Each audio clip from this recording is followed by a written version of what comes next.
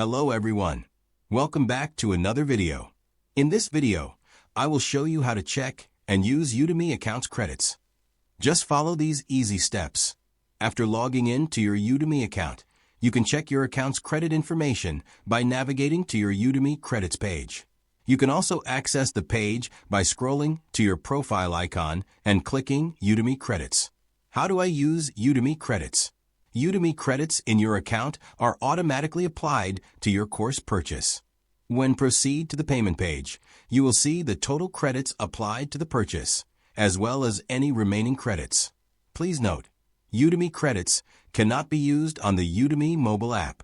They can only be applied to purchases on udemy.com. So by using this method, you can easily check Udemy accounts credits. Hopefully, this video will helpful. If you have any questions, please make a comment. I will reply you soon. Thanks for watching this video. Bye-bye.